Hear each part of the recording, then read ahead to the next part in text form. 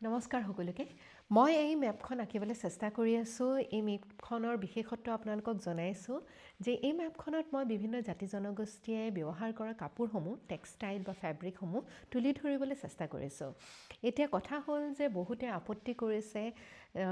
যিকেইখন মই কাপোৰ ইয়াতে তুলিকাৰে আঁকিবলৈ চেষ্টা কৰিছোঁ সেই কাপোৰখিনি জেগাত বহা নাই বুলি সেই উদ্দেশ্যটো মোৰ আচলতে নাই যে মই কোনো এটা জেগা বা অঞ্চল বিশেষ এটা ট্ৰাইব বা বিশেষ এটা জনগোষ্ঠীৰ কাৰণে সীমাবদ্ধ বুলি ধাৰণা কৰি এই মেপখন বনোৱা নাই এই মেপখন জাষ্ট এটা ৰিপ্ৰেজেণ্টেশ্যন হয় আমাৰ অসমখনৰ বিভিন্ন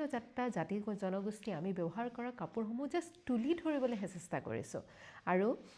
এটা কথা যে এই কেনভাছখনো সীমিত এই সীমিত জাতি জনগোষ্ঠী যিখিনি মই ৰিপ্ৰেজেণ্ট কৰিছোঁ এয়াই কিন্তু আমাৰ অসমৰ সম্পূৰ্ণ জাতি জনগোষ্ঠীক ৰিপ্ৰেজেণ্ট কৰা নাই সেইটো শুদ্ধ কাৰণ কি এই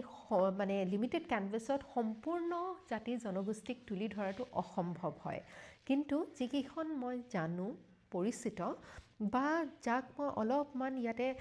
তুলি ধৰিব পাৰোঁ সেইখিনিকহে ইয়াত ৰিপ্ৰেজেণ্টেশ্যন মই দিছোঁ এইখন মেপক আপোনালোকে কেতিয়াও এনেধৰণে ভাবি নল'ব যে মই অসমখন বিভক্ত কৰিছোঁ সেয়া মোৰ উদ্দেশ্য নহয়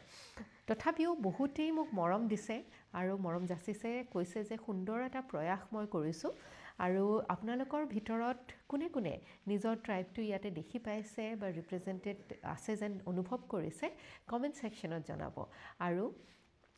যিকেইটা ট্ৰাইব ইয়াতে মই তুলি ধৰিব পৰা নাই তেখেতসকলক অনুৰোধ কৰিছোঁ আপোনালোকে যেন মনত আঘাত নাপায় আপোনালোকক আঘাত দিয়াৰ মোৰ একেবাৰে সেই মোৰ পৰিকল্পনাটো নাছিলে ধন্যবাদ